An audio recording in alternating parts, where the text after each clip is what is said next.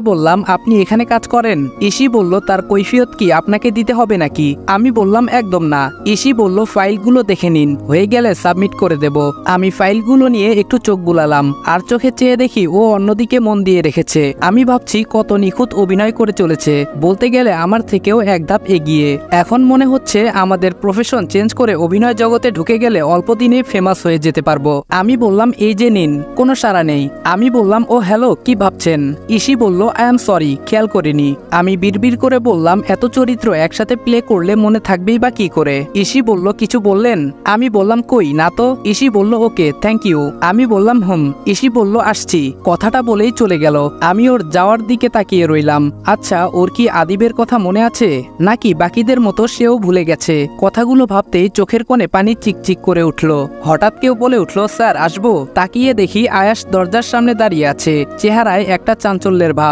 আমি বললাম, এসো। আয়াস বলল, স্যার একটা খবর আছে। আমি বললাম, বলো। আয়াস বলল, স্যার আরসি।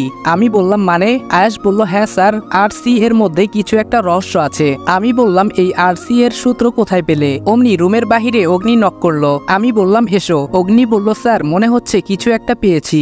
আমি আর আয়াস দুজনেই উৎসুকভাবে তাকালাম, কি পেয়েছে জানার জন্য। আয়াস বলল, কি পেয়েছিস বল। আমি বললাম, হ্যাঁ বলো। অগ্নি একটা কাগজ এগিয়ে দেয় আমার সামনে, যা দেখে দুজনেই অবাক হয়ে যাই। অগ্নির এগিয়ে দেওয়া কাগজ আসলে কোনো কাগজ নয়, ওইটা একটা ছোট কোড, যেখানে শুধু লেখা আরসি। অপর পাশটা উল্টে লক্ষ্য করলাম হয়তো কোনো একটা ডিজিট লেখা, কিন্তু কি সেটা বোঝা যাচ্ছে না। 5 বা 3 হতে পারে। আয়াস বলল, স্যার এখানেও তো সেম আরসি লেখা। অগ্নি বলল, কেন, আরো কোথায় পেয়েছিস? আয়াস বলল, আমি পাইনি, তবে শুনেছি ম্যানেজার আমায় ডেকে নিয়ে কিছু ফাইল ধরিয়ে দিয়েছিল, যেগুলো কমপ্লিট করে নিয়ে যেতে বলা হয়। আমি যখন ফাইলগুলো চেক করে ফেরত দিতে যাই, তখন শুনি একটা কথা, ডোন্ট ওয়ারি বস, আরসি রাজ করবে। এটা বলার পরেই উনি আমায় দেখে ফেলেন, তাই আর কথা বাড়াইনি। স্যার আমার মনে হচ্ছে আরসি আমাদের সকল প্রশ্নের উত্তর। আমি বললাম, হতেও পারে, আবার নাও হতে পারে। অগ্নি বলল, স্যার আমরা কি করে বুঝবো এই আরসিটা আসলে কি? আমি বললাম, ভাবতে হবে, আগে এটা জানতে হবে আরসি এর পূর্ণ রূপটা কি, কোনো বস্তু না মানুষ। তোমরা যাও, নিজেদের কাজ করো। আর হ্যাঁ আয়াস, তুমি একটু সাবধানে থেকো, কারণ ম্যানেজারের জানা মতে একমাত্র তুমি আরসি শব্দ শুনতে পেয়েছো, একটু বেশি সাবধান হতে হবে। আয়াস বলল, আমার জন্য ভাববেন না স্যার। আমি বললাম, আচ্ছা ঠিক আছে, যাও তোমরা। ওরা চলে গেলে আমি বসে রইলাম আমার চেয়ারে। মাথায় এখন চিন্তা একটাই, আরসি কি হতে পারে? এই আরসি এর মানে? কম্পিউটারটা অন করে গুগলে সার্চ করতে লাগলাম, কিন্তু রেজাল্ট 0। এমন কিছু পাইনি যা সন্দেহ করার মতো। এর মধ্যে অফিস টাইম শেষ হয়ে গেছে, সবাই অফিস ছেড়ে বেরিয়ে পড়েছে। তখন ম্যানেজার আমায় ডেকে পাঠালেন। আমি বললাম, স্যার আসবো? ম্যানেজার বলল, আরে এসো এসো। আমি বললাম, জি স্যার। ম্যানেজার বলল, রাজ একটা কথা বলার জন্য তোমায় ডেকেছি, আর সেটা হলো আমি কিছুদিনের জন্য শহরের বাইরে যাচ্ছি, তাই আমার দায়িত্বটা তোমায় কিছুদিন পালন করতে হবে। এই মুহূর্তে তোমার মতো বিশ্বস্ত কাউকে মনে হয় না আমার। আরে ব্যাস, এ তো দেখি মেঘনা চাইতেই বৃষ্টি। ম্যানেজার বলল, কি ভাবছো রাজ, পারবে সামলাতে? আমি বললাম, আগে স্যার আপনার মতো হয়তো এত সুন্দর করে পারবো না, তবে চেষ্টা করব। মনে হচ্ছে আমার মুখ থেকে কথাগুলো শুনে বেশ খুশি হয়েছে।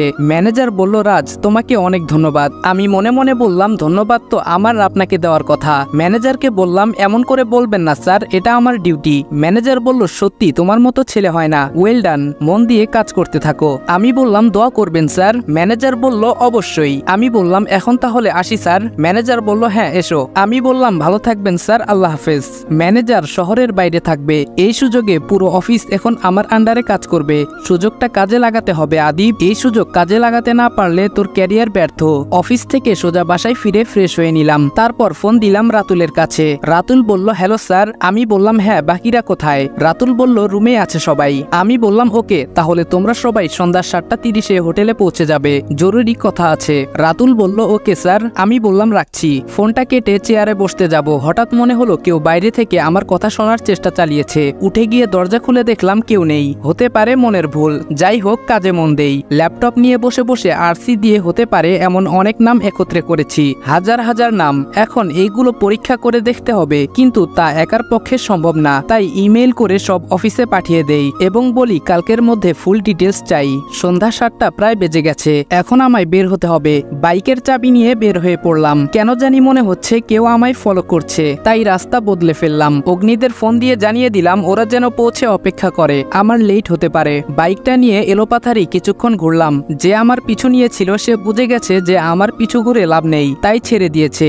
আমিও এবার হোটেলের উদ্দেশ্যে বাইক নিয়ে ছুটলাম। আমি বললাম, তোমরা তোমরা এসে গেছো, আমি দুঃখিত তোমাদের অনেকক্ষণ অপেক্ষা করানোর জন্য। নীরব বলল, না স্যার, কি বলছেন আপনি, এতে সরি বলার কি আছে। অগ্নি বলল, আপনি ঠিক আছেন, এটাই অনেক। আমাদের তো টেনশন হচ্ছিল আপনার কোনো বিপদ হলো কিনা তা ভেবে। আমি বললাম, না বিপদ নয়, তবে হতে পারতো, আগে টের পেয়ে যাওয়ায় বেঁচে গেছি। তারপর ওদের পুরো ঘটনাটা বললাম। ছেলেগুলো বেশ ভালো, ওরা নিজেরা একসাথে কাজ করে, তাই বন্ধুত্ব হয়ে গেছে। এই কয়দিনে আমাকেও অনেক আপন করে নিয়েছে। ওদের সাথে টুকটাক অনেক বিষয় নিয়ে আলোচনা করলাম, সাথে এটাও জানিয়ে দিলাম ম্যানেজার আমায় দায়িত্ব দিয়েছে। কথাটা শুনে ওরা খুশি হলো। রাতুল বলল, স্যার এটা তো মহাসুযোগ আমাদের জন্য।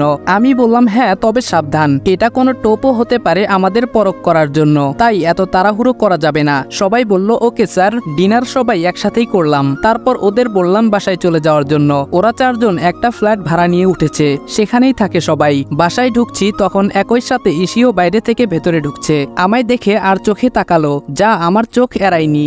জানেমান লাভ নেই, আমার পিছু নেওয়া এত সহজ না। কথাটা মনে মনে বলেই নিজের অজান্তে একটা ডেবিল হাসি দিয়ে ভেতরে চলে এসেছি। আমি আমার রুমে এসে শুয়ে পড়েছি। শরীরটা খুব ক্লান্ত লাগছে আমার। কখন ঘুমে তলিয়ে গেছি খেয়াল নেই। ঘুম ভেঙে যায় মাঝরাতে। তখন উঠে ফ্রেশ হয়ে এসে কিছু হালকা শুকনো খাবার এনে রেখেছি, তা খেয়ে নিলাম। ল্যাপটপটা অন করেই দেখি অফিস থেকে সকল তথ্য মেইল করে দিয়েছে। আমি সেগুলো খুঁটিয়ে খুঁটিয়ে দেখতে লাগলাম। অনেক নাম আছে এখানে, বড় বড় বিজনেসম্যান, চাকরিজীবী, প্রশাসনের লোক, মন্ত্রী, ম্যাজিস্ট্রেট। আমার সন্দেহের তীর মন্ত্রী, ম্যাজিস্ট্রেট আর বিজনেসম্যানদের দিকেই বারবার ইশারা করছে, কারণ পলিটিক্স কাকে বলে একমাত্র এরাই জানে। ধূর্ত আর কুটবুদ্ধি সম্পন্ন না হলে কোনোটাই করা হয়ে ওঠে না। নাম আর ডিটেলস দেখতে দেখতে হঠাৎ একটা নামের উপর আমার চোখ আটকে যায়। আসসালামু আলাইকুম এভরিওয়ান। 16 বছর পর গল্পের দ্বিতীয় পর্ব এখানেই শেষ করলাম। ভিডিওটা ভালো লাগলে লাইক আর কমেন্ট করে দিও, আর চ্যানেলে নতুন হলে সাবস্ক্রাইব করতে ভুলবে না। তো দেখা হচ্ছে নেক্সট ভিডিওতে। ততক্ষণ ভালো থাকবা, সুস্থ থাকবা, আল্লাহ হাফেজ।